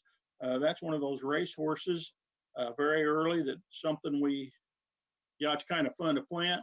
It's great to harvest. It'll go 100 bushel if conditions are right. But the red ones are the ones that you really got to watch on those low pH soils. Orange ones are a caution sign. The yellow ones are kind of intermediate, and the rest of those are pretty okay. So, that can all change. There's a couple I left in there that I really wonder about. Let's say Bentley, this one here from Oklahoma. You're going to see it. And it was developed to be planted out in the Altus, southwest Oklahoma, very dry environments, but it has done very well in parts of Kansas, which really makes me scratch my head, and it's because it's got some good traits to it. I'll leave that up to Dr. Lollato to recommend whether we use that one or not, I guess. But there's a look at what has been going on in Reno County at the Hutch experiment field. Again, a good variety. The Double Stop Plus, the Double Stop CL Plus, that gives you a clear field opportunity if you've got a rye or a downy brome problem. You can use Beyond on those, and you can use the full rates as a 2-gene one. And it's probably one of the best one for at least Highway 56 and south, I think. And it's also very good yielder, very good, pretty good grazing wheat too. So it's got some really nice possibilities. I really like that one. And since they've selected it out so that it is not quite as rough looking as it used to be either. So that's one that surely is worth a look. Smith's Gold's ones I've kind of had to figure a little bit more out about it too, but there's still some solid ones. If you're going after, if you're going to double crop after corn, of course, there's still Everest, there's Zenda, and Zenda fits very well down in that area. Didn't really show as well until 2019 again, but it's always been pretty steady. Also after corn, you're going to see 4269, I think 4699, a new one. SY Benefit from the AgriPearl or Syngenta.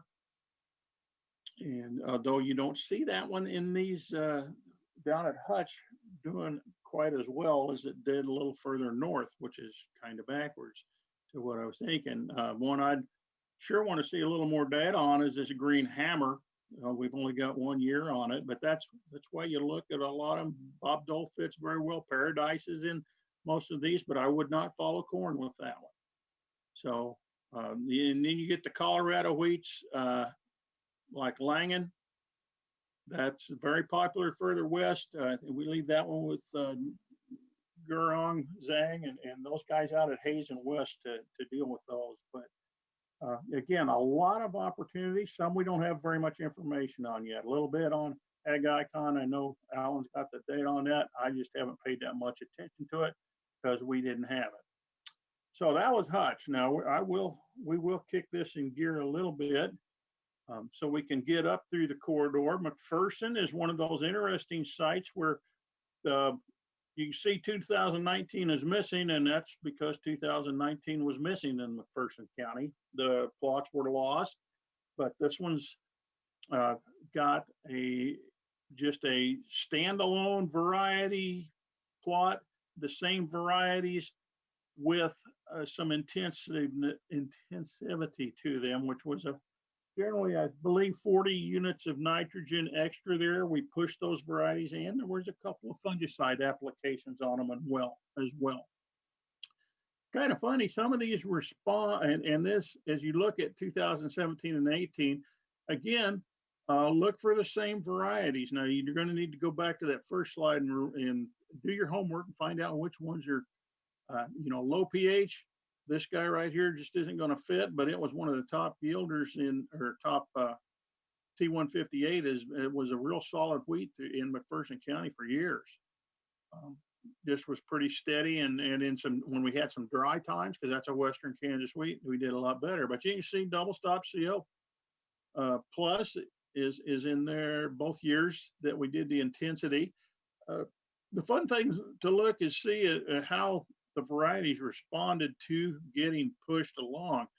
I did not put the increase in averages in there. I think with virtual school, I'm going to do like some of the teachers. You're going to have to subtract your yield and see what happened. But sometimes we didn't have much of a response, and sometimes maybe even a negative. I'm not sure why that is. I see that, in 2017, Paradise did not respond to more fertilizer and fungicide, and I'm wondering if that may have caused it to be a little weak in the knees, and maybe we didn't get it all harvested, because that could happen.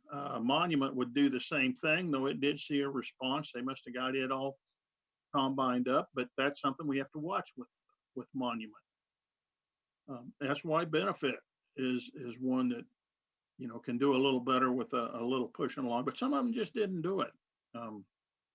4458 had a nice increase. That's still a variety I like for that central corridor, as long as you are willing to have a fungicide application figured in your budget, and just be tickled if you don't have to use it, but you probably will with that one anymore.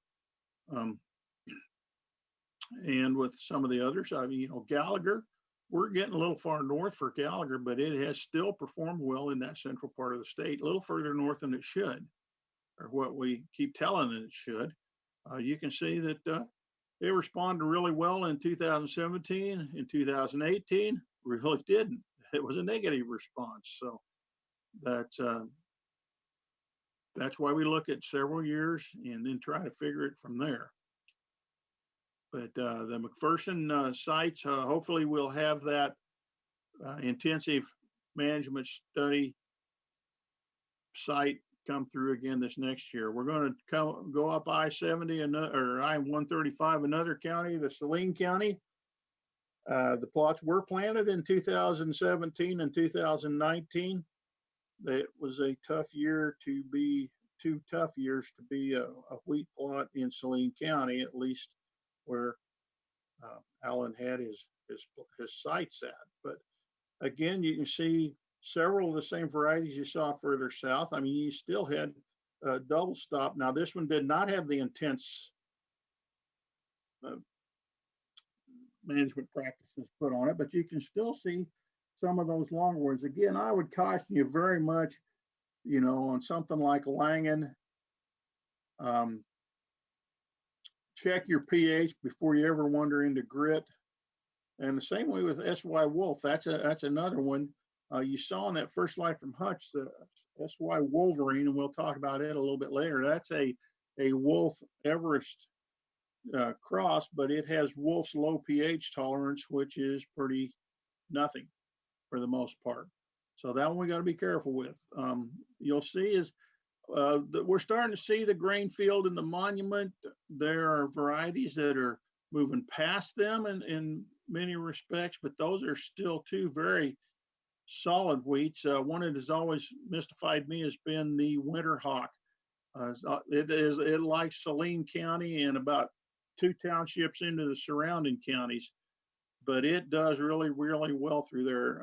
It has no leaf rust tolerance, but it still had some stripe rust tolerance, and it was a very good quality wheat. I think that's another thing that kind of helped it out a little bit there. But once again, you're seeing Bob Dole showing up quite often. It's just been 3 pretty good Bob Dole years, even though 2 of those 3 years, or one of them was not very good yields, especially at Hutch. But that's, things have come a long way. But LCS meant I would go with another LCS like Chrome or potentially Link. That one has just been too iffy over the years, up and down.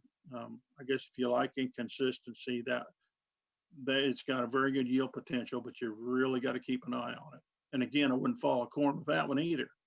So you got to, there's several of those in there. Like I said, the ones that will do very well or should anyway would be Everest, Zinda, WB 4269, WB 4699, and SY Benefit are some of our best ones to follow that corn situation.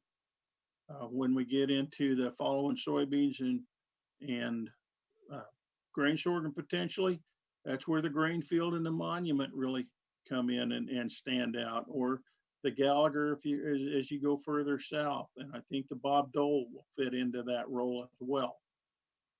So we have plenty to choose from. It's just a matter of figuring out what the weather's going to do to you for the rest of the year. Ellsworth County had an intensive study sistered up, paired with the regular one, and this is in the same plots. And we're getting in a little bit of a drier area at this point. Oftentimes you'll see the western Kansas wheats work pretty well here. This plot is out. It has been near Lorraine. It is this year anyway. Again, you can see the 2019 yields are not there, and that's because there weren't any. And we got into that situation. That's just the way it was. But you can see again, 2 years in a row, you've got some pretty decent yields to look at. The percent of averages again, we did pretty well with most of them in 2017. We had a few drop a little bit, but there's still some Oklahoma wheats poking in up there. I'm starting to see more of the northern wheats. The AgSeco icon was, you can ask Dr. Fritz about the background on that originally came from the K-State program, but was released through those guys. But it's more of a northern Kansas type of a wheat. I believe the Gallant is you saw robust earlier down south. As you get further north, I think you're going to see more of the Gallant. Chrome and Hot Rod, you'll see those coming to the top quite often. And Paradise has been a pretty solid wheat. Just it did not make it in to Ellsworth County very well, and it's I think the Hot Rod is also from Polanski's up there at Belleville. But okay, 4458 still hanging in there. 4303, that's kind of an interesting wheat. I had it originally, I wasn't too sure about it. It's a large seeded one, kind of like Bob Dole's large seeded. Make sure you check your seed size, and the later you plant, the kind of the heavier you're going to want to go with your seed, but make sure you get it out there. It's a large seeded one. It's got a short blocky head. When you put it under intensive management, it can run. It did a pretty good run in Ellsworth in 2017.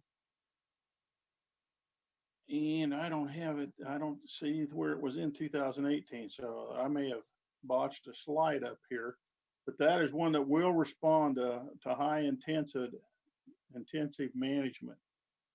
So it's one to keep an eye on and one to take a look at. It's been around 3 years now, and has had some good yields for us. You know, the Monument and Grainfield are still pretty solid a long way across the state, simply because they have a lot of that ability to tiller in the fall, and then they will also want to they will move on into final grain field. I think I goofed up and I have gone way over time. I thought I started earlier. Mitchell County, you'll want to check those out too. Belleville, we run it all the way up the state through that central corridor. You're going to see a lot of the same varieties all the way through when you go up there that are going to be in that top yielding bit. But that's pretty much, I'm going to wrap it up with that, because that's you've got a long list. If you come back and check this out, and you can find several of those. You're going to find many of those varieties. You got some choices. I think I misspoke on the hot rod. I think that was an Agseco, and Rockstar is the other one that we can find at Lansing. So I'm done, Arthur. Okay, Stu, thanks. Stu Duncan, Eric, whoever. area agronomist for K-State, and I can take another. his we'll get all these technicalities worked out. His data is, of course, available if you would like to contact him at northeast.ksu.edu. Stu can share the information he wasn't able to get to right there, but he has a wealth of good input for you Central Kansas producers on variety selection and the multitude of things to consider there. So take advantage of that. Again, this is last call for questions you might have. We do have 2 or 3 questions in the queue, and we want to get to those, but we would accept a couple of more if you can get them in quickly. YouTube chat at KSU Wheat on Twitter, or email Romulo at ksu.edu. Well, to round out our formal part of the program, we've invited in the Vice President of Research and Operations with the Kansas Wheat Commission, Harries. Of course, the commission has been very generous over the years in supporting wheat research at Kansas State University. And what we've invited Aaron to do this evening is give a brief status report on that research support and on the wheat growers in Kansas are very commendable for everything they've done in that respect, and we're looking forward to the next iterations of that support. So, Aaron, if you would share that with us briefly here. Hey, thank you, Eric, and I'm pleased to be here this evening. Thanks for the invitation. If you've been with us the last couple of nights, you certainly understand that the pool of wheat expertise at Kansas State University is second to none in the United States or the world for that matter. So from a wheat grower perspective, we're very excited to have that kind of talent. So I'll take just a few minutes this evening to brief everybody on where we are in terms of funding wheat research through the wheat checkoff. And again, Kansas Wheat is the Wheat Commission and an association of wheat growers working together.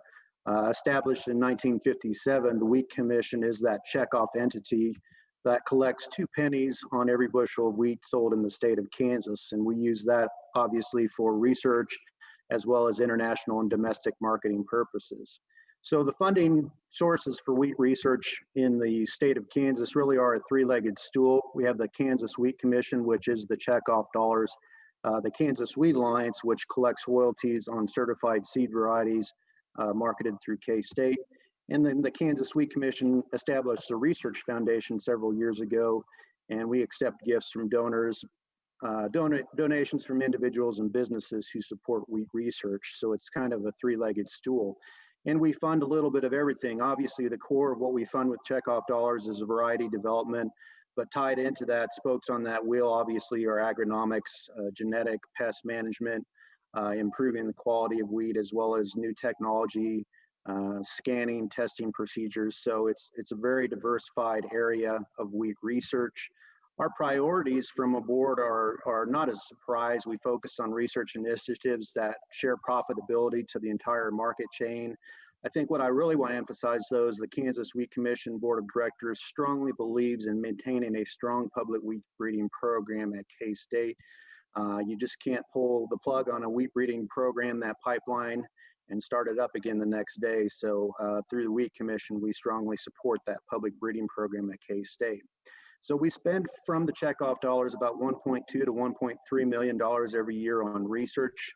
The core of that is, again, variety development, about 40%, but then it's evenly split between genetics, disease, agronomics, and quality. So we try to get everything that ties into the core wheat breeding program that benefits the public breeding program, but also research that benefits a lot of the private breeding programs that are out there. There are factors that affect wheat quality. Not only do we look at yield, we have to look at quality. Genetics, agronomics, and weather are all important part of that. This chart does a nice job of illustrating just how the weather impacts the wheat crop in Kansas. The red line there is our protein, the black line is yield, and that little purple trend line is our protein trend line. And really what we're trying to focus on is not only an increasing yields, which we're always shooting for, but to increase that protein trend line and start getting higher protein crops in Kansas. We do fund different tools that can reach us to that end. Gene editing is a technology that a lot of you probably heard about, CRISPR-Cas9 technology. The Wheat Commission through the checkoff is funding gene editing research at K-State through Dr. Edward Ochenov. Just an example of what he can do. This shows how if you knock out one gene, you can increase the size of a wheat kernel. So on the top there, you've got an unedited line. On the bottom, you've got an edited line, and you can see how the kernel size increases in those. So those are the types of possibilities with gene editing.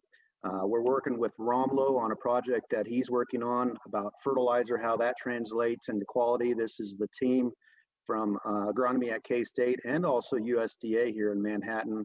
What they're working on is demonstrating that nitrogen and sulfur are critical elements, not only in yield, but also in producing high protein and quality wheat. Particularly that sulfur emphasis is really something that's kind of cutting edge research, how sulfur can increase yield, but also not only increase protein in wheat, but increase the quality of that protein. So a lot of things are possible in research. It's really an exciting time in wheat research. I think we're in the golden age of wheat research. We can look for higher yield, higher quality, changing the flavor of wheat, possibly making wheat that is lower glycemic index. And we're always looking at drought tolerance, disease tolerance, making wheat more photosynthesis efficient, more fertilizer use efficient. So everything we can do to increase the profit margin of our wheat farmers in the state. We've got a lot of challenges. Research funding on the state and federal level is decreasing, but farmers took a big step when they built the Kansas Wheat Innovation Center in 2012 in Manhattan. This is a farmer-owned, farmer-built research facility in Manhattan. If you haven't been there yet, we certainly invite everyone to visit at some point in time. This research facility complements the research capacity at Kansas State University, adds on to that capacity, and there's really nothing else like it in the nation. It's got growth rooms inside, it's got greenhouse space, it's really a full-scale wheat research facility. And then, as I mentioned before, we're always looking for other sources of funding for research. We've initiated a Fields Forward campaign for our Wheat Commission Research Foundation. Our goal is to raise another $4 million outside of the checkoff to help fund some research that goes on in the Kansas Wheat Innovation Center. And as of today, we're about halfway towards that $4 million mark. So that's just a quick snapshot of what's going on through the Kansas Wheat Commission. Please consider us a resource. Contact our office at any time, go to our website, and we wish everybody a very productive and very safe wheat harvest coming up. All right, Aaron, thank you. And that is at KSU, or kswheat.com, rather. kswheat.com is the Kansas Wheat website if you'd like to contact Aaron and his colleagues there about wheat research support for Kansas State University out of the commission and Kansas Wheat. We do want to get to a couple of questions here before we have to round out the program. And the first question that we have goes like this.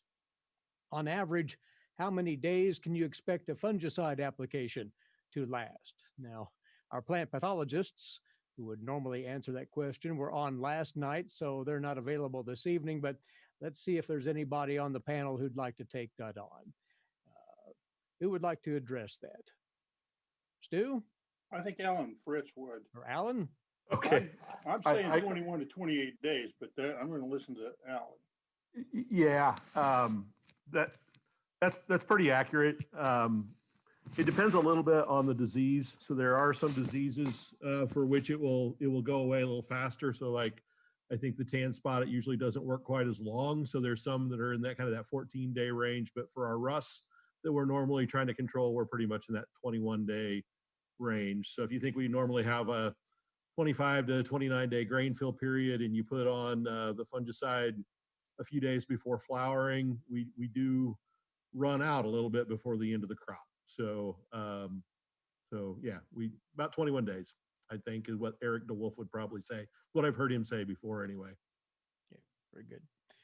Weather dependency will happen there too. I mean, just the weather can mess with you too there, but that's about right. And the product that you put on can have some effect as well. Sure. And this other question is for you, Allan. It refers to those two new releases that are expected out of the program this fall. Where are they best suited? North Central Kansas or South Central Kansas or Eastern Kansas? You may have addressed that in your presentation, but just to hit that real quickly. Sure. I would say probably I'm not super comfortable with either one of them in far eastern Kansas because of the scab susceptibility and the probability that we'll see scab in the eastern third of the state. The 049K8, I'm pretty comfortable with north to south. It's done really well throughout the entire central corridor. Been good on no-till after beans. The tillering capacity really helps it out there. Probably a little bit early on the early end for where we'd want things in north central, but it's yielded really well there. The 15688, I would say I'm more comfortable with it probably south of I-70. Even though it's a later variety, its performance has just been a little bit better in the southern part of the state. It's certainly not bad in the northern part of the state, but I like the 049K a little bit better north of 70. Okay. All right. And another question, this would be for Aaron. This individual would like to know a little bit more about how wheat research support stands given the lower wheat acres in Kansas. Well, that's a really good question, and we've seen very good support, especially from the private industry and private donors for our research foundation. But we do have to be cognizant of reduced acres. You know, the funding for research comes as reflected in the crop size, so it's 2 cents per bushel, and depending on how many bushels we grow. But our commissioners are really committed, even if our budget shrinks, to maintaining the level of funding research we have recently, just to keep that program going, again, supporting that public breeding program. So we're getting creative and finding ways, but we intend to fund from a commission standpoint of keeping that research pipeline full as long as we're able to. And we've been getting a lot of support, more and more support from the industry. So I think there's all around investment from a lot of different sectors. Very good. Well, we have a brief minute here actually for one more question. Do any of the panelists have a question for anybody else within the group here? Don't everybody jump up at once. Everybody answered everybody's question. Yes, Okay. Oh, there is a question now. it's for me, yeah. Yes. Looks like. Let me repeat it, Guorong. How much benefit does 21 versus 18C give to Dallas against wheat streak mosaic virus? Would you go ahead and address that? Yeah. Yeah, the benefit, I think I briefed a little bit in my presentation, because the 18C resistance, if it's a warm, the fall weather is very warm, then it's very easy to break down. So resistance becomes susceptible. So that means, lost the resistance, but 21, that means, well, hold a few more degrees. So even the weather a little bit warmer, maybe still hold that resistance. So, and especially for some weight, like if they want to plant earlier, they might have more this kind of breakdown problem. So they would prefer some resistance with a higher temperature. Yeah. Very well. Well, that ends our opportunities for asking questions directly, for our time will be short here very quickly, but we would invite our viewers to take advantage of filing any further questions that come to mind either right away or later on down the line, and our group can answer those at a later time, but send those as well to Romulo Lollato's email. That's at lollato@ksu.edu. Again, lollato@ksu.edu. We do want to thank our presenters this evening once again, K-State wheat breeders Allan Fritz and Guorong Zhang, also K-State area agronomist Stu Duncan, and once more from the Kansas Wheat Commission, Aaron Harries. Also want to thank our technician Arthur Selman, who's been behind the scenes managing the technical side of this live broadcast. A great deal of preparation went into making this happen, so thanks, Arthur, for that. The broadcasts from both last evening and this evening are archived. This one will be very shortly on YouTube. So simply go to YouTube and search for KS or K-State Virtual Wheat Field Day. And then that'll take you right to those sites, and you can watch these at your leisure should you choose. And we would welcome very much, again, feedback from you viewers on this format. what you liked about it, what maybe could be shored up, whatever it might be, and send those to Lollato at ksu.edu. So we'll know how to proceed the next time we conduct a virtual field day of this type. And there's a good chance that will happen somewhere on down the line. So once again, thanks to you for tuning in. We hope this has been a benefit to you, wheat producers and other interested parties, as we've talked about wheat development, wheat management the last couple of days on this Kansas State University 2020 virtual wheat field day. Erick Atkinson here bidding you a good evening from the campus of Kansas State University.